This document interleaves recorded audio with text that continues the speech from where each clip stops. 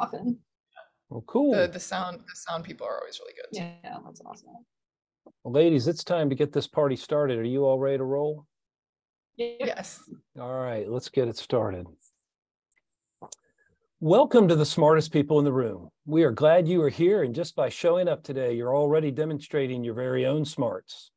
Today, I'm pleased to feature two women who both possess that rare combination of highly developed right and left brains that enable them to leverage art and technologies in ways that most people can only dream about. These two operate at a level way over my head, and I promise you will leave today thinking, wow, who knew? And you'll also leave smarter and more inspired than you arrived. Before we get started, please let me take care of some business. First, to the audience, please feel free to introduce yourselves in the chat window. The reason we do these webinars is twofold. First, we want to showcase really smart people and the amazing work they do day to day in the music industry. Second reason is a bit more nuanced. Many of you know that I am a music industry headhunter. I run the music practice at Turnkey ZRG, and I place music executives in roles throughout the industry. So by definition and function, I help people connect with companies. In this series, my goal is to help you make more connections, and I invite you to take full advantage of that opportunity. Specifically, I invite you to engage with the speakers and the other attendees in the chat of the Zoom. Please introduce yourselves, share your LinkedIn profiles, say hello to your friends, and make some new ones, and ask questions of our speakers. We will try to address as many of those directly as we can during the interview. And please make sure your chat is set to address everyone, not just the speakers. I want to thank our sponsors for without their support, we could not keep this series free. Special thanks to First Horizon Bank, Turnkey ZRG, the Tennessee Entertainment Commission, MedJet, Tennessee Brewworks, Project Music. And today I'm also pleased to introduce a new sponsor to our lineup, Better Than Booze. Better Than Booze is revolutionizing social drinking as you know it. This is a cocktail-inspired line of beverages that use hemp-derived CBD and THC to help people feel highly social without the hangover. That's because when CBD and THC hang out together, you get a milder, softer high. I may be biased, but it's darn near perfect, especially the morning after when there's no hangover in sight. Please welcome to the new life of the party and give it a new try. So let's get down to business. In today's host seat, we welcome Cortney Harding. An experienced founder and content creator, Cortney has a singular mission to help people leverage the metaverse for social impact.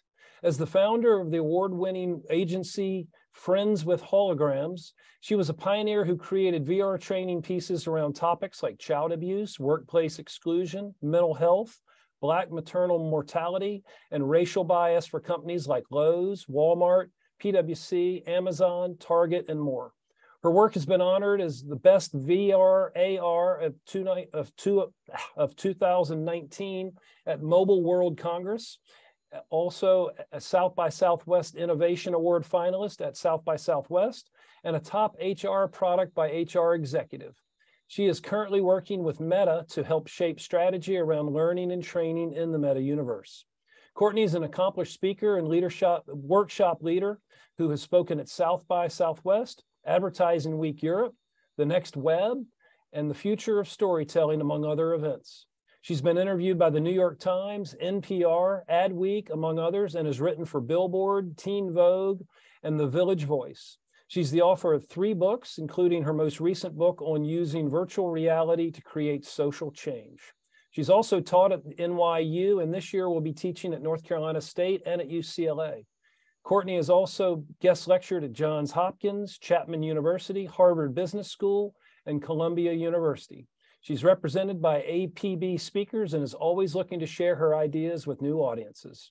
Welcome, Cortney. So glad to have you. Oh, thank you for having me. And thanks everyone for joining. I can see the chat's going already. Awesome. And joining Cortney as today's guest is Carrie Abel. Carrie is an internationally renowned multidisciplinary artist, creative thought leader, and metaverse pioneer. Her expansive practice implements the use of extended reality tech, new media, cryptocurrency, Web 3.0, music, live performance, oil painting, and poetry. Having incorporated immersive technology in traditional art spaces since 2017, Carrie is an early innovator of the metaverse and an adopter of blockchain technology. A keynote speaker on creativity, she presents original theories on how development in the metaverse and Web 3.0 space makes this the best time for an artist and musician to be alive. Her solo exhibition called Dal Anima was presented from April to November 2022 with the European Culture Center during Personal Structures, Reflections during the 59th Venice Biennial. The 2022 Biennial, I can't say that, I'm sorry, was the most attended in the history of the exhibition, attracting over 800,000 global visitors to view art in the historic backdrop of Venice, Italy. It is an honor to welcome these two rock stars to our platform. Please take it away, ladies. All right. Well, Carrie, great to see you. We were just chatting earlier, and I feel like we can kind of like pick up on our conversation. So, you know, right now there's a lot of, I don't want to say negative. Yeah, there's a lot of negativity about the space, right? But, or at least from the press. But I feel like once you talk to people that are creating in the space, there's a lot of positivity and hope. Is that kind of what you're feeling right now? Yeah, absolutely. I think that we're starting to see so much more connections between these various, technologies like AI, Web3, XR, VR, and it's like making sense to these communities to come together. And so I think that's what I get the most excited about. And I think that where I think the broader public, when they pay more attention to the market. And so I think us that are really deep in the space, we believe in the technology. And so we're not as like swayed by just like market trends or whether things are up or down. So that's why I feel like it's more positive in the actual space. Is that kind of how you feel? Yeah, I mean, what's interesting is like, and I've seen a lot of things, particularly in tech because of the layoffs, where it's like, this is the time to build.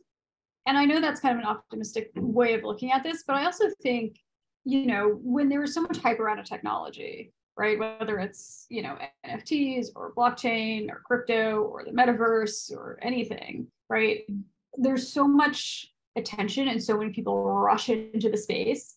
And then, you know, I've seen, there's like a great meme that was up recently of some, you know, Homer Simpson standing in front of the hedge. It says metaverse expert, and you see Homer go back into the hedge, and then he comes back out again. It says AI expert. And I saw that one. Yeah, that is so yeah, and I think that tends to happen a lot, right? Where people who are just kind of like Liberty gibbets, right, will kind of come in and be like, I'm a such and such expert, and then as soon as there's like a little bit of a dip, they're just like, I'm out.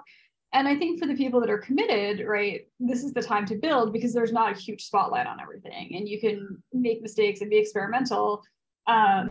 Without necessarily having to do everything right or prove yourself. Absolutely. And I think also something with the broader public, I think is not maybe necessarily understanding how all of those things are totally related and going to be intertwined, and they're not necessarily going to have to know all of the backstory of how it is. It'll be like when this hardware becomes more mainstream, it'll just be more accessible. So I know we talked about asking each other a question like, how long, like when did you first get it? Like when was the light bulb for you where you were like, I'm hooked and this is going to be my thing? Oh my God. It was 8 years ago yesterday. Oh, wow. Oh my God. I should have done something to celebrate my VR anniversary. What did I say? I gave a talk at Columbia yesterday, so I guess that's a way to celebrate, right? Yeah. So in February 15th of 2015, oh my God, I went to MoMA PS1, which is, for those of you who aren't New York, it's a offshoot of MoMA in Queens. And I went to see a musician. Like, I didn't even know anything about VR at the time. I had worked at Billboard. I was an editor there, and then I worked in music tech, and I was working with like music tech startups. And I just went to see this woman, Erica Anderson, play a show because I liked her music. And she had she was in a dome, and there was a VR headset, and this was the Oculus DK1. This was like the very, very earliest headset. And she was playing, and you sort of stood in line to get in the headset as you watched her play. So I was just like, okay, I'll check this out. This seems cool. So I watched her play, and then I got in the headset, and I did the experience. And the experience was also projected on the dome, so you had something to look at while you were waiting. And I was kind of watching it as I was waiting. I was like, this is interesting, because it was the same experience over and over, but of course, slightly different because of where people were looking, how they were interacting. So I did the experience and I thought it was cool. And then I couldn't stop thinking about it. Like I was on the subway and I was seeing stuff out of the corner of my eye and I was just like, there's something really interesting here. Like, I don't know what it is. I have to figure it out, but it was just so transformative. And so I actually spent a year like learning about VR, writing about VR, really covering it, mostly from a music lens at that point, because that was my universe. And South by 2016, and we'll talk about South by in a minute, because I know we're both doing stuff there. I was on a panel about VR and music with this guy, Kevin, who's a VR director who was about to start a production company. And I said, gosh, you seem like a cool guy. We should work together. So I started with that production company and I ran their biz dev for about a year and a half. It was absolute chaos all the time. It was like 90-hour weeks, because at the time I was teaching at NYU and I was working on funnily enough, on a music and crypto startup, very, very early music and crypto startup. And yeah, and then I started my own company from there, and I've been in the space for a really long time. And it's been really interesting to watch it evolve and change and grow and shift. And, I think the people like, your co-panelist at South by, Tony Parisi, is somebody who's been in the space since the 90s, right? And to think about all of the changes that have happened. And I think having been in the space for so long, you get this really amazing perspective. Because I think a lot of people, once this sort of initial hype cycle bursts, they're like, and they run away. And I think the more hype cycles you kind of ride out, the more you're like, yeah, okay, this has ups and downs, and just you kind of have to ride the wave. So that's my backstory. And you've been in the space for a long time too, right? Like, how did you first get into this? I think it was about probably the year after you first got into it. I got very excited seeing an experience. It was actually at a friend had built out like in part of their house, where I got to see the DALL-E experience, because like back in like 2016 there wasn't all the VR laptops, and it was like, as it was just like very difficult to show. So he had that set up.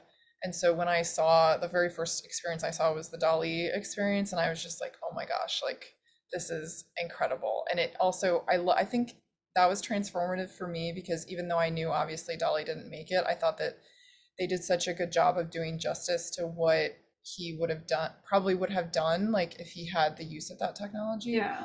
And that kind of just made me think, because I've always been so attracted to surrealism.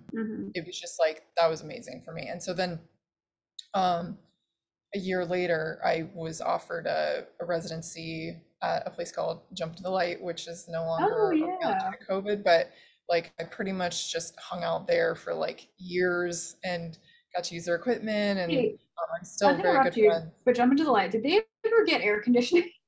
Because I did a panel there in the summer of, I want to say it must have been 2017. Yes, summer 2017, I did a panel there. And I literally, like, my friend who I was with had to leave early because he was like, I have heat exhaustion. It's too hot. I think they did eventually. But they had a lot of really good events there, and that was I'm not surprised that you did something there, because there weren't that many spaces like that were doing stuff like that. So I feel like very fortunate that I had access to like that equipment and just kind of like that community. So they really helped, and they did other stuff like I did in early 2018, I had a solo show for Armory Week, and at that point, like I still they just came, and I knew how to set up the trackers and everything, but I was amazed, since it was local and it was in New York, like they came and like were up on scaffolding, like hanging the tracking devices and like doing all the things. So so they were, I feel very fortunate to have the opportunity. So I've been hooked ever since. Now I just started a residency at Zero Space, which is like pretty interesting. There's a lot of people that I've been internet friends with for years, and that now are like working in the same space. So it's kind of nice for that, because I think a lot of us in the XR world, during pandemic, we're like, yes, we love being virtual, but it's also kind of nice to have a community of people that are around and kind of working on this similar type thing. So, and that's one thing that I get asked a lot, because I talk about this stuff a lot. There's this is an aside. So there's this meme or not meme, it's like these little Instagram reels this woman does, and she sort of makes fun of tech people. And there's one that I screen captured where it's this woman who's at lunch in San Francisco, and she just goes, sorry, I don't want to talk about the metaverse. And every so often I kind of post that, and I'm like, can I talk about what I'm cooking for dinner tonight, or like my dog, or have this really fun novel? So, but we are talking about the metaverse right now. And when I talk about the metaverse, a question I get asked a lot is, oh my gosh, well, is this going to replace the need for human contact? Is this a sort of dystopian, like, whatever? And I'm like, no, because the internet hasn't replaced that. I mean, the internet replaced it during lockdown when it had to. But like when lockdowns ended, people were excited. People went back out again. They, the times I saw my friends after lockdown ended, the emotionality, and they're like, oh my God, I can be with another person, and then I can like hug another person, and then I can, go stay at my friend's house or travel with my friend or whatever. And I think that, your point about zero space and jump into the light and these community spaces is so important, because even though we are building this virtual technology, we're doing it as a group. And there is, in New York in particular, I think, a really strong community in this space. And I think that's so vital and so valuable. And we're so lucky to be part of it. Absolutely. And I think that one question that I get asked a lot is like, okay, explain, like what even is it, right? And so the explanation that I have used a lot is it's like an extension of the internet in 3D, and so it's not going to like replace anything. It's more, and I think something that we're both really passionate about is the why that we're doing it. And there's I think a lot of times people that are really early adopters, they talk about the how, and I think that one of the things you and I connect on is that there's a strong why, right? Like behind your like social impact. Like I'm really passionate about inclusion and accessibility, and I think that for me, as somebody that grew up with a lot of health problems and like being in a remote, very very remote area growing up, I see this as having so much impact for like, if there's an access for people, then they're not going to be, they can do music performances. If they're, in a country that, and health issues, they can't travel, they can have an audience, they can go have coffee with their grandma that's in the hospital, like just, to me, it's all of those things that I think people might be able to empathize with a little bit more because of COVID. But then I feel like just reminding everybody that there's still people experiencing that every day, like the isolation for like different reasons, or so I think like I think we both have like a strong why is this important to us? And and I think your point about it being 3D is really interesting, because I think that people do tend to get stuck on this term metaverse, and I kind of get it, because I think a lot of these terms get conflated, right? So when we talk about Web3, that's kind of this like catch-all term that means everything and nothing at the same time, and people just tend to throw everything into the bucket. And these technologies are connected in some ways, and they're disconnected in other ways. But what's funny is, so I think we were talking about this before we started, the Financial Times had an editorial today that was like, oh, the metaverse is over, da, da, da. And then the next story was literally Roblox is up 25%. And I was like, yeah, okay. Somehow I was like, it's this Schrodinger's metaverse. It's both dead and somehow the stock is up 25%. Like, and I think people, and I work with Meta. So, I just to sort of get that out of the way, but, I think people conflate the metaverse with Meta, and Meta, to their credit, often says like, no, we are not the metaverse, right? We are building this. We build headsets, we have Horizon Worlds, we have platforms, we fund content, we build hardware, we build software. Like, they are part of it, right? But when somebody says, oh, Horizon Worlds, there's not that many users, ergo the metaverse is over, it's like, that's like saying, well, Facebook didn't do great last quarter, ergo the internet is over. Right. Twitter's falling apart, ergo social media is dead. you know, and like the weird conflation around that stuff is frustrating for those of us who actually do know this stuff a little bit better. Mhm. Absolutely. Yeah, it's like I like comparing it to saying like if somebody peeks in, you know, a headset and they go to a virtual world and you know, have a certain experience, and then they're like, oh, this is all that it is. I like to be like, well, that's like, you know, in the mid 90s being like, oh, so the internet is chat rooms. Yeah. You know, it's like it's not really rooms in the mid 90s. Right. I mean, not to, so like one question that I got recently, also from the Financial Times, really, was like, when will the metaverse be built? And I was like, it'll never stop being built. Yeah. Like, it stops, like this stuff stops when we're all dead. I mean, not to be dark, but like, Right. you know, my first computer was an Apple. I'm gonna date myself. My first computer was an Apple IIe. Like that wasn't the end of computers. My first, you know, I used to dial up to AOL in 1996, right? That wasn't the end of connectivity. Like GeoCities, thank God, was not the end of web pages. Right, Like, right. there's no end to this thing. And I think people get stuck on like, well, this is the metaverse, and this is the due date for the metaverse. And, you know, I think you can think about like, when is it going to hit sort of mass adoption, which is a really interesting question. Tom is asking us, what are some of the best, and guys, feel free to like ask ask questions. Ask questions in the chat. We're like very over excited here. to have feedback from you guys on what you want to hear about. Tom says, what are some of the best opportunities for indie artists in the metaverse? So I think some of the stuff I'm really excited about working on right now, I'm working with Somnium Space, which is this incredible, it's a Web3 based, which basically means it's decentralized. People own they can own the assets, they can own land. And I think a great opportunities for artists there is that, you know, you can build yourself, you can build your own world, you can perform. It's pretty wild, the things that you can do. I mean, there's actually a lot of, and some of my Somnium friends are here. I saw, shout out to Wilford Blast. I saw his here. And like, it's so incredible that, you know, you can have this audience from all over the world, and, you know, you're basically set up wherever you are in your apartment.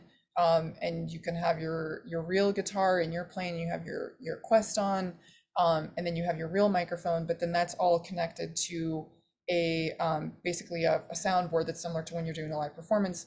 And then that's going into the virtual world. And there's also a virtual microphone where people from all over the world can see you performing. And it feels like you're really there. Like it feels like you're there, they're hearing you like you're there. One complicated thing though is doing like if you have a band and you're in different places, like the people performing right now, it's very difficult for them not to be in the same place, but it's not complicated for the audience to be all over the world. So that really gives so many opportunities. And then the other thing that's really beautiful about having, you know, a decentralized virtual world is the ability to, you know, you can basically have like virtual merch, right? Like, so you could have art that you created, NFTs, and it could be part of the scene at your concert, which it might look very real, but you can create something that is like, you know, flying around you, and then people can just literally purchase the NFT while you're performing. So I think it's going to give this, you know, indie artists this huge opportunity to, you know, maybe they have, you know, 500 really amazing fans. Like, you know, it's creating opportunities to have sort of more esoteric music that it speaks to a smaller amount of people, and then they can really support you, and you can actually build a great following.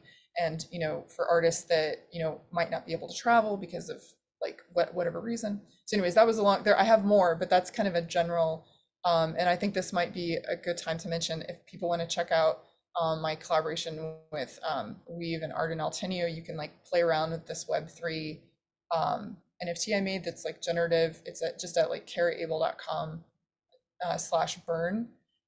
And I like to call it like, it's like Guitar Hero for production.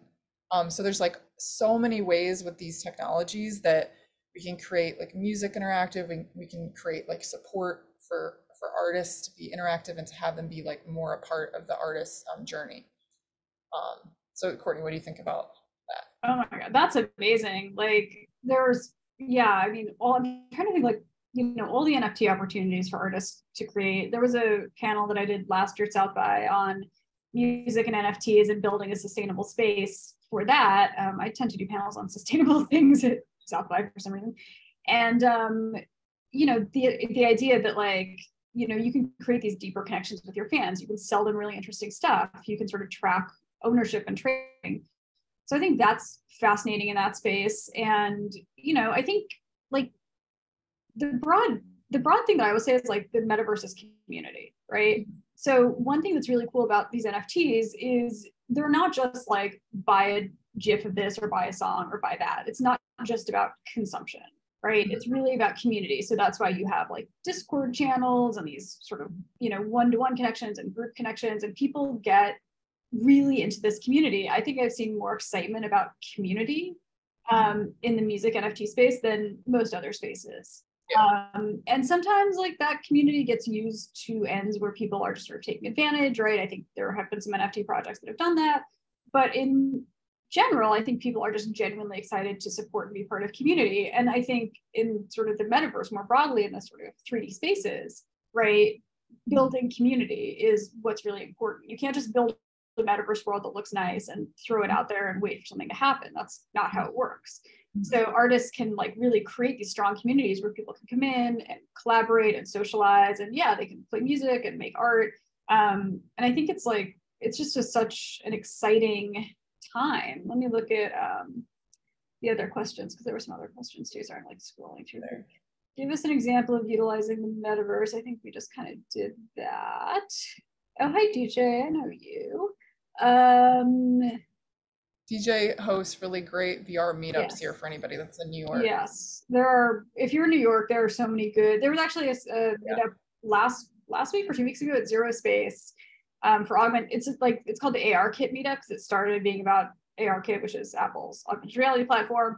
Now it's just much more broadly like an AR, VR, XR metaverse meetup hosted by a really awesome guy whose wife is the head of innovation at big ad agency. So it's like, yeah, it's just a cool community. You see the same people sort of over and over, but it's very welcoming. All right, I'm just gonna some more questions, people. How can we find DJs? Maybe somebody posted. Come on, more questions. Don't make us do all the work. Let's outsource it. What? I don't know. I guess we could ask. Yeah, the metaverse is just another part of the internet. Like, exactly. I like the term. Actually, I don't love the term metaverse, I'll be totally honest. I use it because that has become the term, but I really like the term embodied internet, because I think that really speaks to how we are actually experiencing the metaverse as avatars using our voices versus, you know, sort of typing, or like what we're doing right now on Zoom, which is, I don't know, Zoom is tiring. Yeah. We've been doing this for 3 years now, basically, and it's kind of a lot.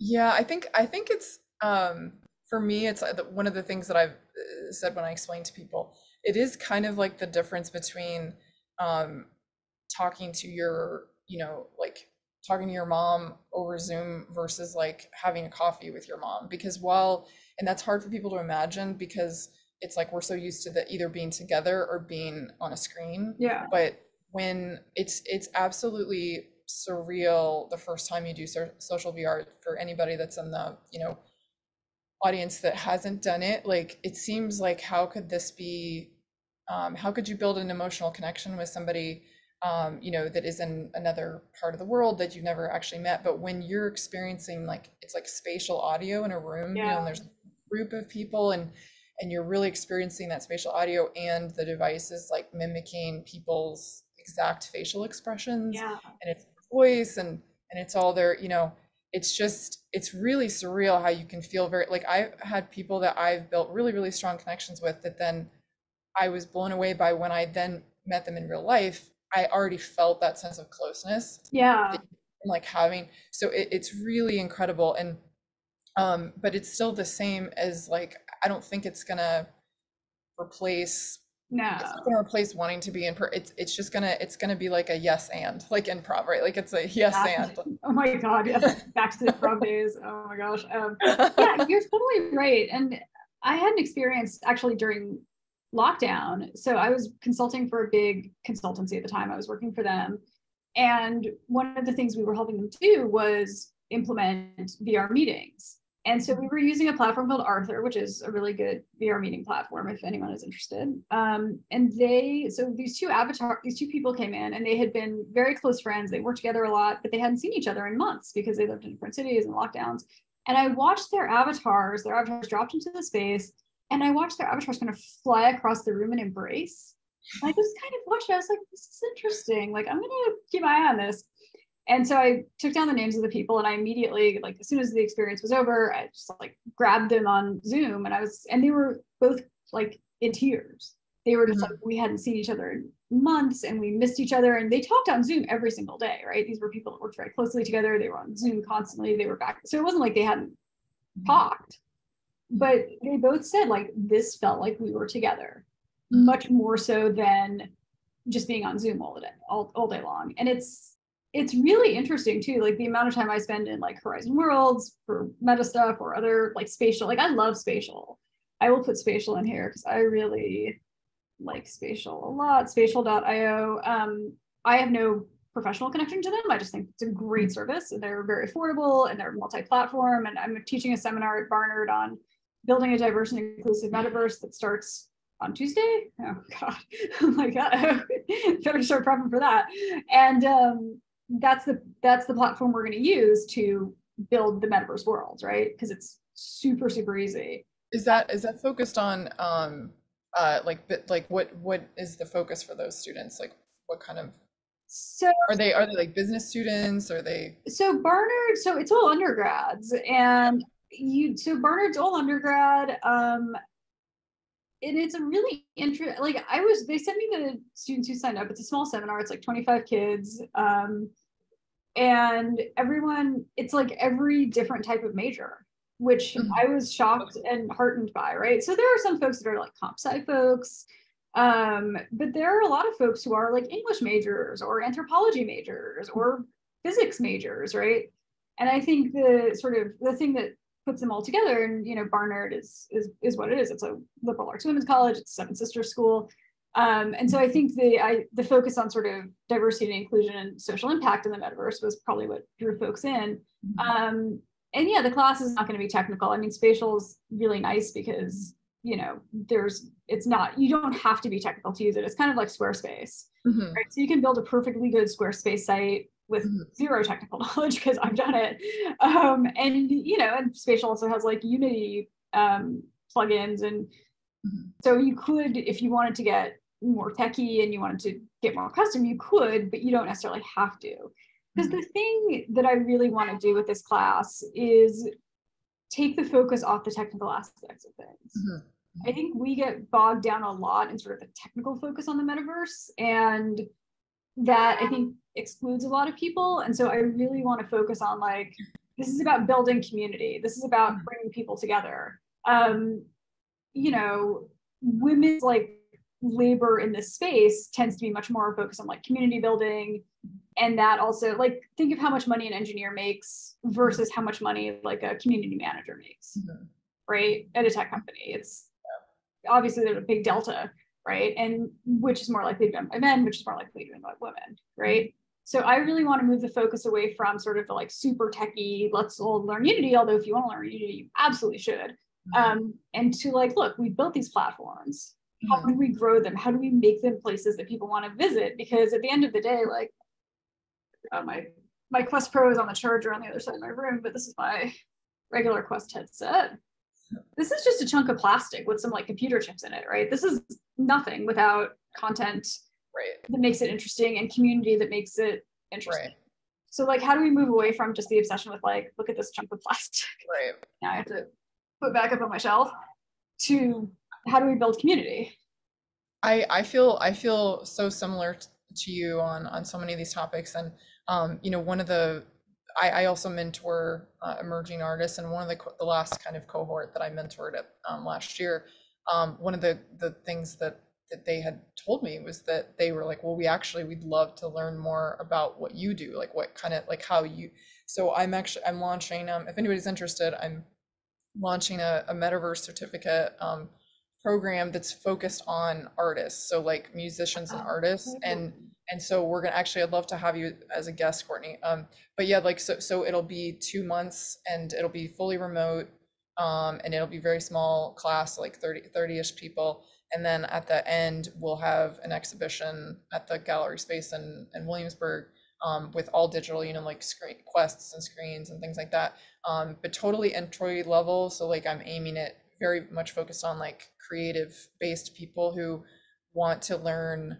It's going to be like 101 of all the stuff, like Unity, Blender, like everything, because I think, one of the things that I dream of is more, like you were saying, people that are very, very creative and have this strong aesthetic or strong, like why they're doing it and like a vision. And they just need kind of an overview of all of the skill sets that they need and like where to even start, like where do we even like start so that we can create those things, and then showing them, to the public. So that's what we'll end. But if anybody's interested in that, you can check out there's like Carrie Able Gallery Instagram. We have a post about it on there. I see Tom saying we have the questions are like a separate chat. It's the Q&A. So I didn't realize we have a separate chat for questions. So what advice do you have for those who are early on in their career that are interested to explore?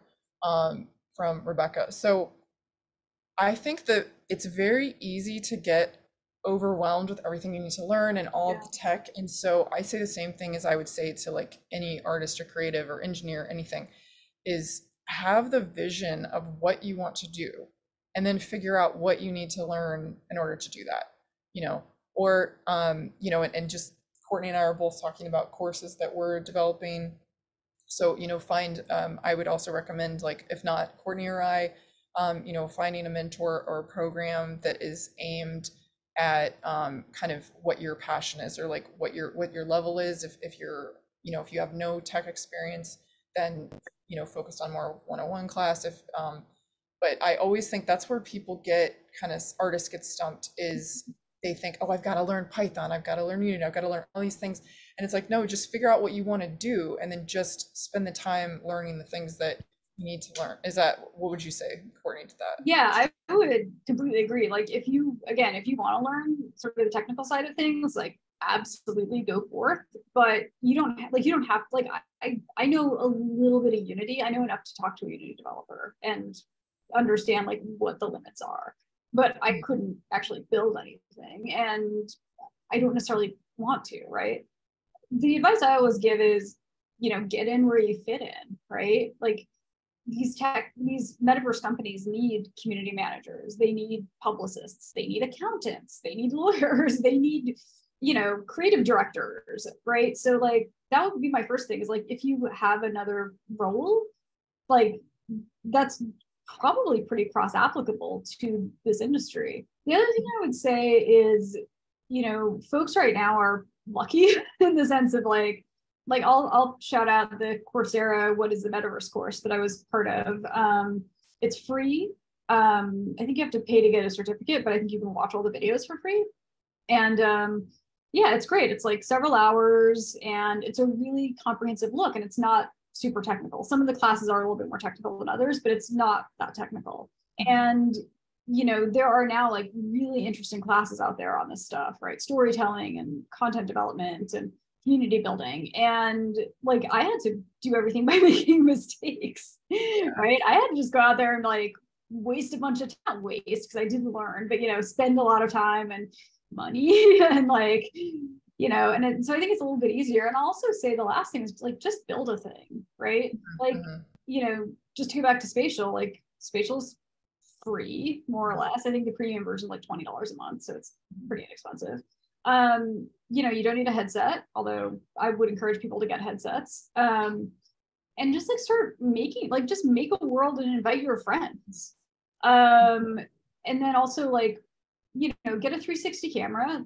They're not cheap, but they're not super expensive. You can probably borrow one if you have the resources, and just like start shooting footage and start making stuff. And 90% of what you shoot or more will be useless because I've done that. But you'll learn, like you'll learn what works and what doesn't, and then you'll start building a portfolio, which I think is really important because there's not a career trajectory for this stuff necessarily. Most people have come in from other places. Absolutely. I think that's like one of the really amazing things about it is that people are coming from everywhere. And then one thing I want to mention too, because I know you're coming at it from like a more like not focusing on the tech, but I want to say if there's any, female artists in the audience who feel like, oh, they don't have any coding experience, or like, I know constantly, the assumption is made that I don't actually understand the technology, or that I don't do the technical work myself. And so I would say just do not shy away from learning. Like there's tons of of classes out there. That's something we're going to be doing in the Metaverse Arts Certificate program that I'm doing. There's also really great, like if you really want to do a deep dive in Python, like that there's another great Coursera course on that. But I would just like not shy away from, if you want to learn more about the technical stuff, like don't be intimidated. Yeah. But again, don't feel like you have to do that, because there's other ways to be involved. There's other, tools. It looks like we have another question. What do you do to preserve intellectual property value or personal information? Well, I think,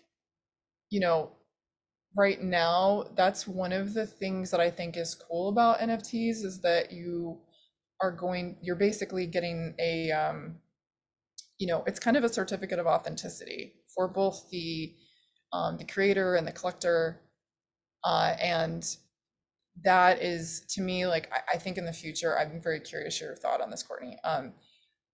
I don't think that necessarily everyone is going to feel like they totally understand NFTs. They're not going to have to. It'll just be kind of the payment rails of the open metaverse. Like, it'll just be this thing that is somehow, it's like made easier for people to own digital assets, and they're not really going to have to understand that. But there will be this like trail of who created it and who owns it. And I think right now, it is still scary, because it's sort of like building a website in 1995. There hasn't been made all of these other things that, is making it's harder to build something that makes it easier for everybody else to create than it is to actually create it yourself. So it takes longer for those kind of things to come about. But that technology, that's why I'm so passionate about blockchain technology, is I think that it's really like what we were talking about. Tony Parisi is working on with Lambda 1, building the Web3 based layer of the metaverse. And then that's another reason why I'm so drawn to Somnium, is like the Web3 based like underlayer of everything. But what would you say about that, Cortney? Like the best way to maintain IP? So I think NFTs are basically verified receipts. And one of the ideas that I've never gotten around to doing, it always sort of hangs around in the back of my mind, is like, I basically want to do an NFT yard sale, right? And it's kind of a joke, but it's also kind of a way to show that, like, look, Bored Apes were fun, I guess, but it's really about like proof of ownership, right? So there's no reason I should have I don't have a car, so in New York, but when I had a car, right, I had a physical piece of paper in my car that said I owned the car. That's insane. It's insane that I drive around with a physical piece of paper that says I own this car. Yeah. And I have to go to a service and transfer a title. Like, that's nuts, right? Like, when we think about, like, that's insane. Like, your car title should just be an NFT. If I buy a fancy handbag as a gift to myself, I should have an NFT that proves it's an actual fancy handbag, as opposed to like some cheap piece of whatever I found on Canal Street. Like, my house and my college degree and my whatever, like, all of that stuff is, it's like, that's what an NFT essentially is. It's just a receipt. And I think that that's eventually where it's like, when we think about, like, everyone uses the internet at this point, right? I mean, there are digital divides, but more or less everyone uses the internet. And the vast majority of people who use the internet have no idea about like the architecture of the internet technology. They just use it to, send emails or pay their taxes or buy stuff on Amazon. And, you know, right now we're sort of conflating this need to like know everything about these new technologies with using them. And as this progresses, you're not going to need to know Unity. You're just going to like create a room in whatever metaverse world with your friends and hang out and watch a movie together. You're not going to need to know everything about NFTs. That's just going to be what shows up on your phone or your digital wallet when you sell your car, right? Or buy a car. So I think like this stuff is so early, and like this stuff will get boring. I don't mean for us, like as people who build it, but I mean for normal people, internet now is kind of boring. It's just like a utility. It's a thing that you use. Right. And we are going to see blockchain go from this like weird, sexy, controversial thing to just like, oh, this underpins things. Yeah. Okay, cool. It's like the electrical grid. You know, no one gives a shit about the electrical grid. Right, exactly. Right. No, for sure. Like, oh, we have such we're like totally on the same wavelength. I 100% agree with that. I think for me, the importance that I would stress to any artist that is like, oh, like, why would they need to learn this, right? Is like, if you have these ideas that you really want to get out and it's like, it exists in your mind and you don't know how to implement it, then, you know, if you're just using, you know, AI or you're using tools that are like sort of the easy to build tools, then it's going to be, by nature, it's going to be derivative. Like it's going to be like built from things that already existed that were like fed, you know, to its machine learning. And so if you really want to be, you have this unique vision and unique voice. And then I think that's why I really stress like the importance of learning the tools, like for artists, for like what you want to create, not all of the tools, but just the tools that you need. Because I think that, you know, right now most of the people that have that tool set are game designers. And so then that's why we get this thought in our head of like, that's what it looks like. But once you know, have artists who have this like really strong, unique aesthetic that have built up that skill set of technical ability, then it just can like blow your mind. Like I got to give a shout out to my Somnium buddy Oli, who is incredibly talented musician, like knows Unity.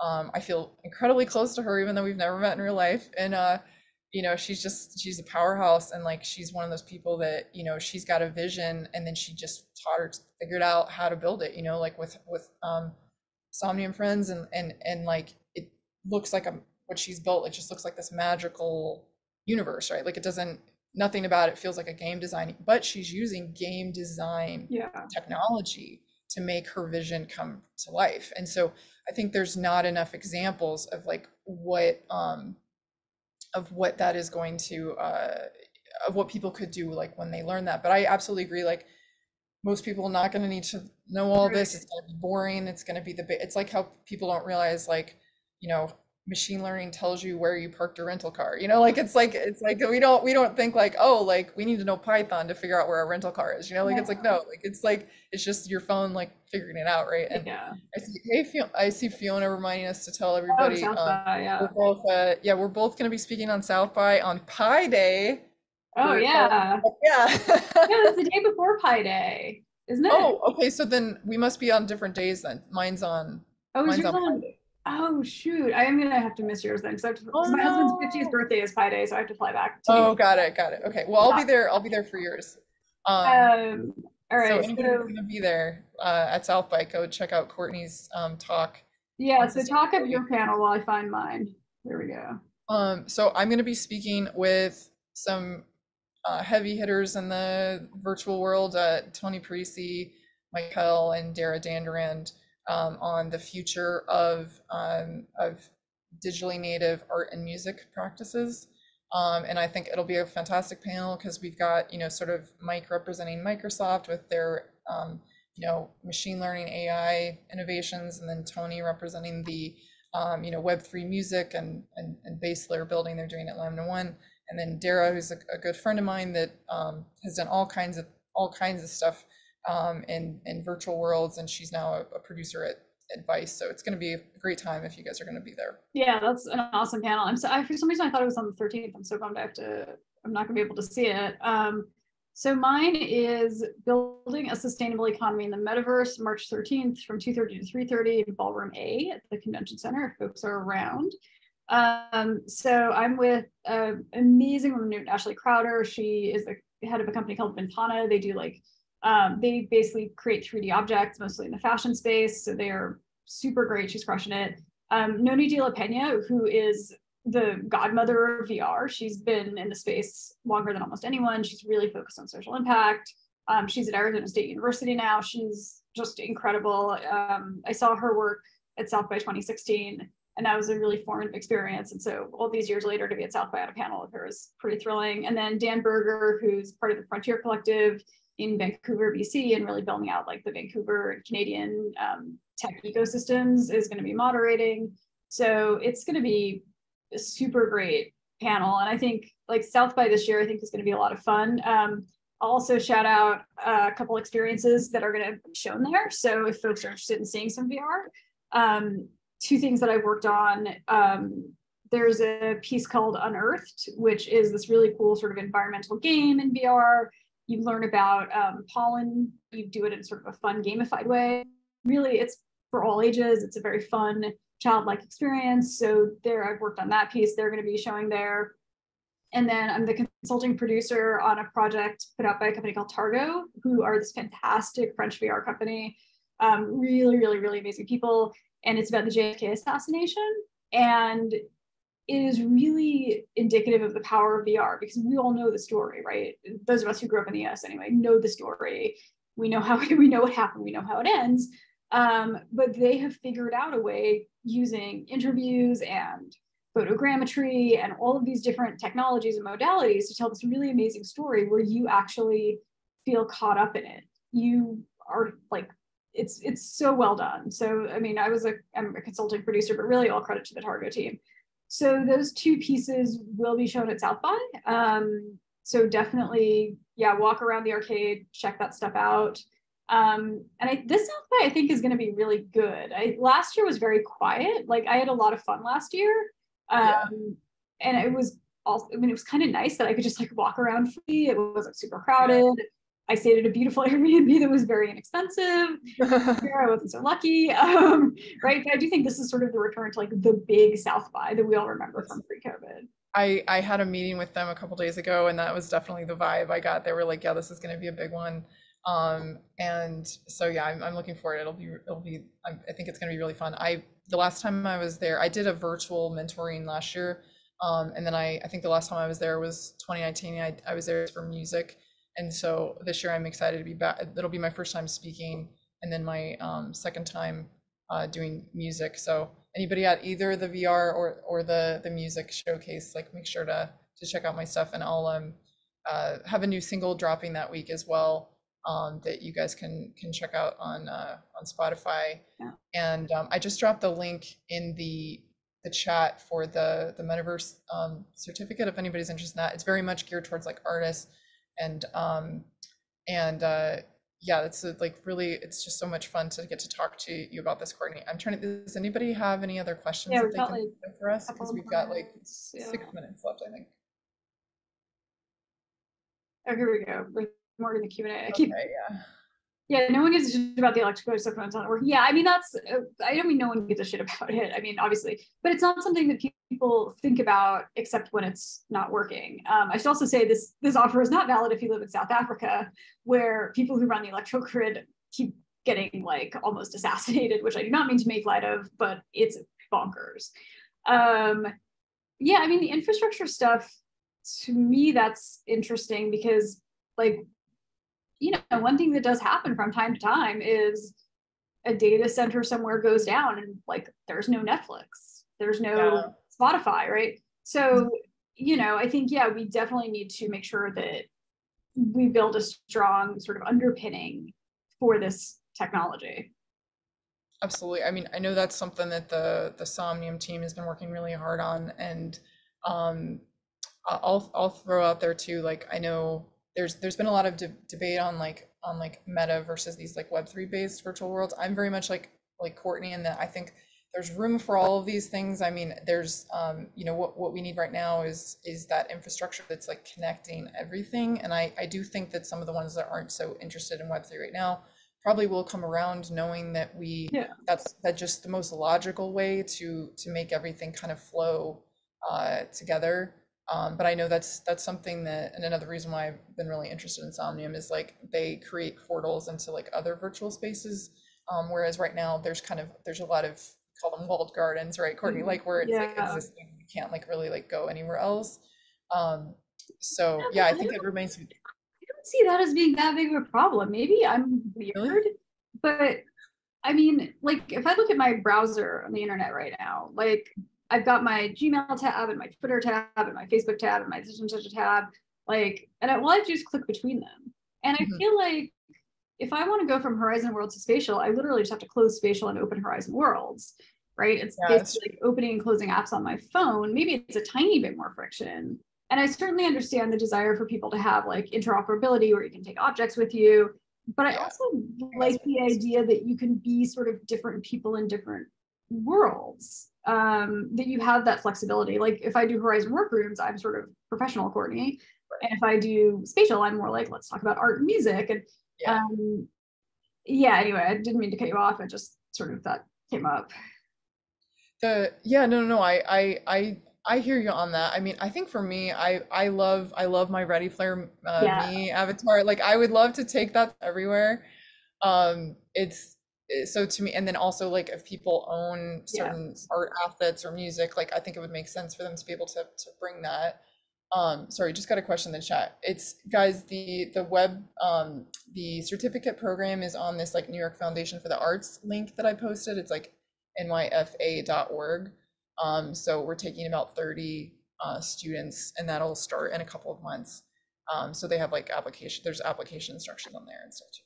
And then we'll have a show in Brooklyn, at the Brooklyn Gallery at the end of, or the start of June, end of May.